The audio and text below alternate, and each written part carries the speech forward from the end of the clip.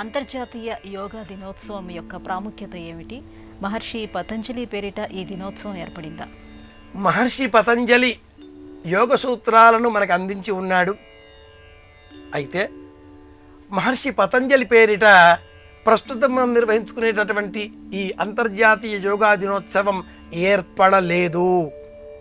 పతంజలి మహర్షి పేరుకు మనం పాటించేటటువంటి ఈ అంతర్జాతీయ యోగా దినోత్సవం జూన్ 21వ తేదీ, దీనికి ఏ సంబంధము లేదు.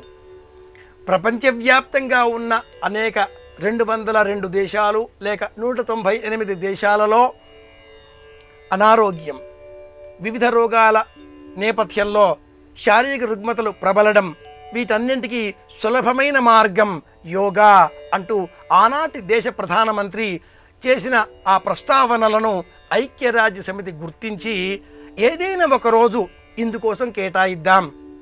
ప్రపంచవ్యాప్తంగా అందరూ కూడా యోగా అనేటటువంటి క్రియను నిత్య జీవితంలో దర్శన శాస్త్రంగా అభ్యసనంగా పాటించే విధంగా నిర్ణయించే నిమిత్తంగా ఒకరోజు ఏర్పాటు చేయాలి. ఏ రోజు ఆ రోజు అని ప్రశ్నించగా 177 దేశాలలో పగటి కాలం అత్యంత సుదీర్ఘంగా ఉండేటటువంటి రోజు జూన్ 21, దక్షిణాయనం ప్రారంభం అయ్యేటటువంటి రోజు.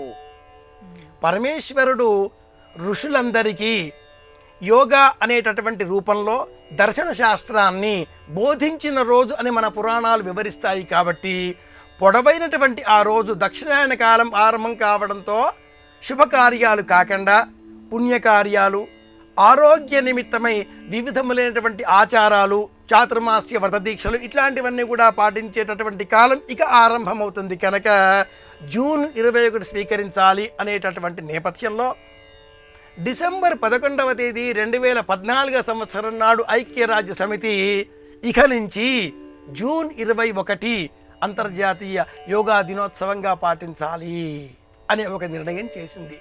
అది మొదలుగా ప్రస్తుతం 10వ అంతర్జాతీయ యోగా దినోత్సవం. మహర్షి పతంజలి యోగ సూత్రాలను 194 యోగ సూత్రాలను 4 విభాగాలలో అధ్యాయాలలో మనకు అందించి ఉన్నాడు. మనం చేసేటటువంటి ఆసనాలు వివిధములు అన్నీ కూడా యోగా అనే ఆ శాస్త్రంలో అంతర్భాగమే. ఆసనాలే యోగా అని మాత్రం కాదు. యోగా అనే ఆ విస్తృతమైనటువంటి ధర్మశాస్త్ర సంబంధంగా, దర్శనశాస్త్ర సంబంధంగా ఉండేటటువంటి 4 విభాగాలలో 3వ విభాగంలో ఒక అధ్యాయం మాత్రమే. ఇలా చెప్పు.